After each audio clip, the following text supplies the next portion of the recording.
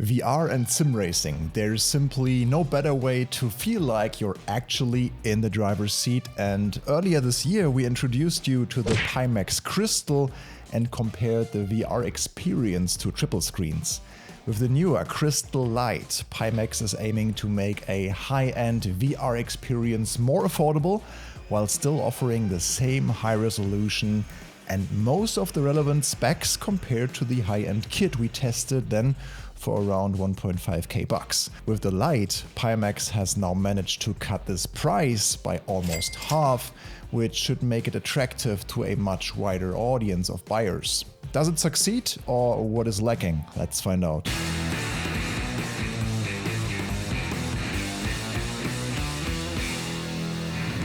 Welcome back to Overtake. My name is Michel and the VR headsets are constantly evolving, but the GPUs have not really caught up with them yet.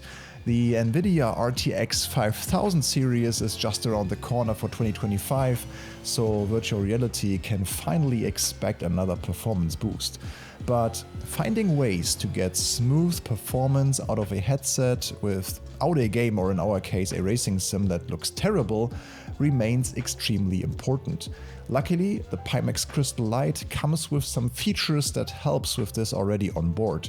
Considering the sub €1,000 or US dollar price tag, there is quite a lot of bang for your buck in the Pimax Crystal Lite. Compared to the original Crystal, the Crystal Lite does not feature eye tracking, automatic interpupillary distance adjustment, dynamic foveated rendering, standalone capabilities, or swappable lenses.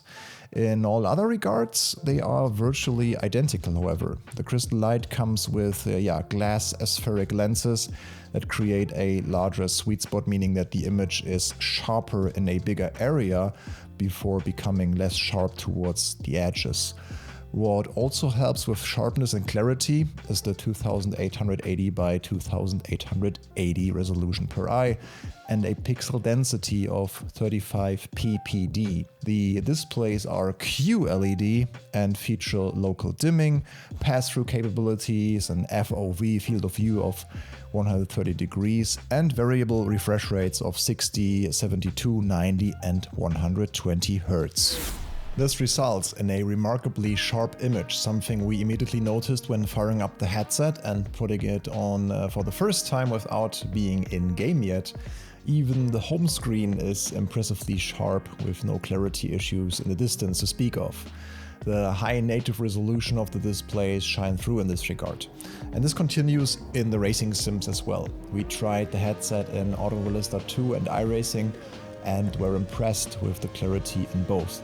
Distance markers or ad boards in the distance were readable from much further away than on other headsets in our experience. Of course, there is a serious amount of fiddling with settings necessary, something we mentioned also in our video in March, but this is always the case with VR headsets. The Crystal Lite has a feature on board to help with FPS gains: fixed foveated rendering.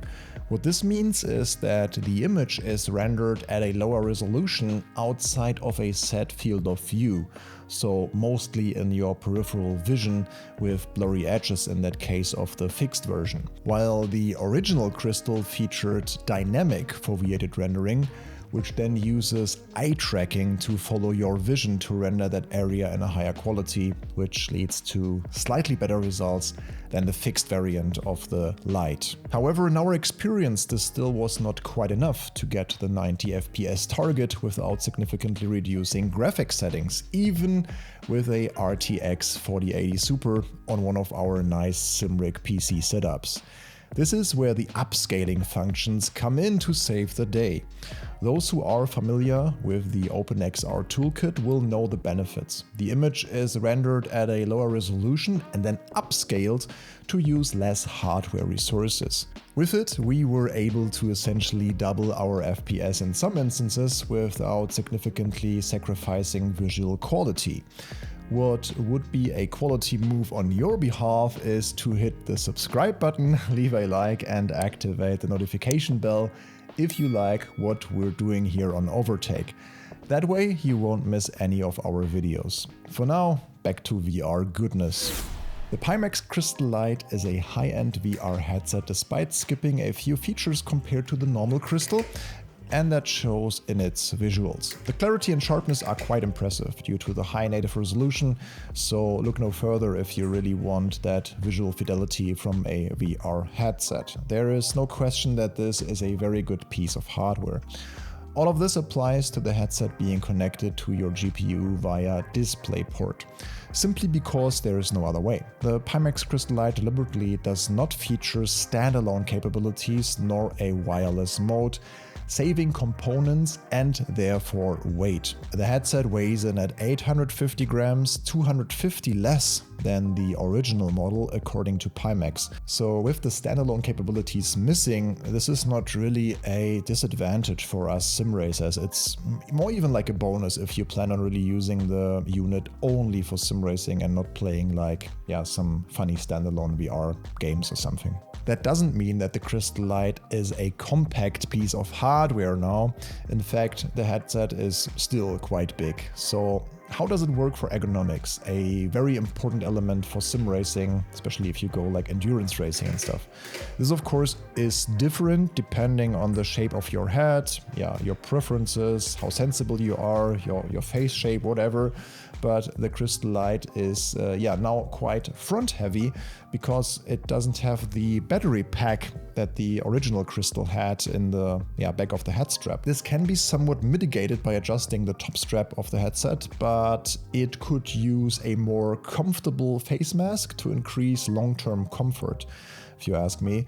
Also, if you have a racing seat with the sideways head protection as I have, with the ears on the rig, you might end up hitting those with the headset when trying to look around in the car, for instance. What is also a bit limiting is the head strap design. On the sides of your head, the strap goes outward a bit, leaving a few centimeters between the plastic strap and your head.